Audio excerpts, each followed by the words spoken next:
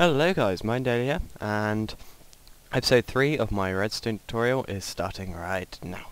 So, to start with, let's just go through what I'm going to be doing in this episode. So this episode is going to be mainly on pistons. I'm going to go through stuff like what limits they have, how you can make simple stuff that's going to help you with building houses and doors and stuff. As always, there'll be a link in the description to each segment that will help you, so if you just want to skip to a part that you want to find out again, if you look in the description there'll be a little time segment thing. So let's get started, guys. So to start off with, I'll show you some of the limits to pistons. So with a piston, one of the main limitations is that if current is passing next to it, it doesn't actually count as current. The current actually has to be passing into it. So with this you have to go like this, let's say, so it's pointing into it, and then it'll work. So the simplest way of doing this is by using repeaters, as current will actually like tracked into them. So you can just put them before every piston, and you get your pistons working. So there's two types of pistons, sticky pistons and normal pistons. Obviously sticky pistons will grab a block and keep it when they retract. So this is a sort of little example of the limitations of pistons. So let's say you're using two pistons together. You can, if there's a sticky piston and another sticky piston pulling the sticky piston, the first thing you'll notice is it doesn't bring a block from the second sticky piston. And another thing you can notice is you cannot pull back a extended piston. And that's obviously because the block values wouldn't work. It'd be pulling back 3 blocks with one lever, and I'm pretty sure that doesn't work. That only works with pushing.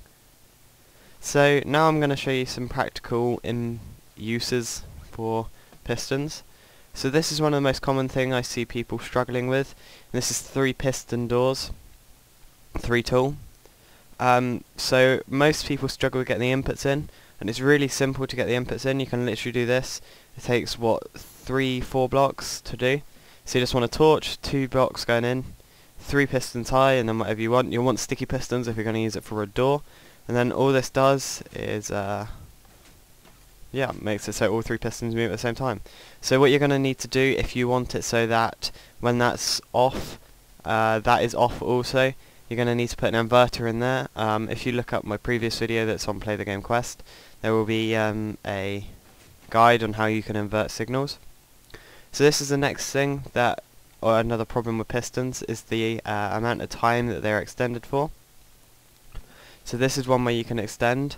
It looks quite complicated, but it's actually fairly simple. It's a T flip-flop or a latch circuit. In my first video of Redstone tutorial you can see a guide on how to build these, but I'll also go through how you make them so that it extends the piston for a longer amount of time.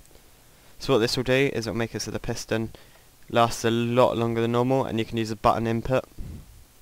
So what you want to do is you want your input going into your T flip-flop or your latch circuit, and another signal coming off from this input going round into the other input. So that means that after a certain amount of time it will circle round, and then it will turn this one on, turning that thing off, I believe. So if you see, that turns on, and then it switches back. So yeah, that's a way you can extend time. This also works for doors, all sorts of stuff, so you can extend the time period that you need to have something extended for. Because sometimes with piston doors it's actually quite difficult to get through in the time that you have. So this is how you could build a actual door. I've actually implemented it into a door format. So as you can see, it's really simple to build, and it doesn't actually take up that much space. If you just simply place like, 6 blocks on each side, then it's all hidden. And what you can also do is, one sec, you can also attach this to this.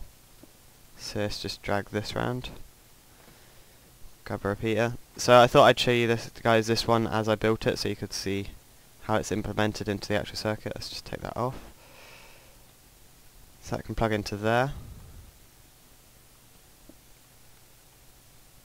One sec. Oh, my redstone's got a bit messy where I'm rushing. So now we don't need that anymore. can also take this, drag this out. Gonna need a repeater in there, I guess. So you got to be careful of the redstone length. I think I might need another one in here actually. Just about, whoops. So just about there. So what this will allow is a button that will open the door for longer so that you can actually get through it. Let's put a button there. As you'll notice, the doors are open for a lot longer. So you can have the button a fair way away from the doors. And you can still get through. Obviously that's a bit far away. But yeah guys, I hope you've enjoyed it. Feel free to subscribe to my channel and also Play the Game Quest. There'll be another episode probably 2 weeks, 3 weeks. And so I'll leave you guys with a little extra. So let's say you want to have some fun on a server. This is semi-griefing, so I don't want to see it on any Play the Game servers. I'm going to slap your mother in the face. So what this will do is if you place 4 torches around a single block and have drawbridges on the bottom, you can see this is very annoying. So yeah, if you hide these under one of the maps, it's going to be quite annoying. So yeah guys, hope you enjoyed it. Feel free to, as I've said, feel free to subscribe to Play the Game Quest and also my channel. Don't forget to leave a like and a comment. Other than that guys, I will see you in the next episode.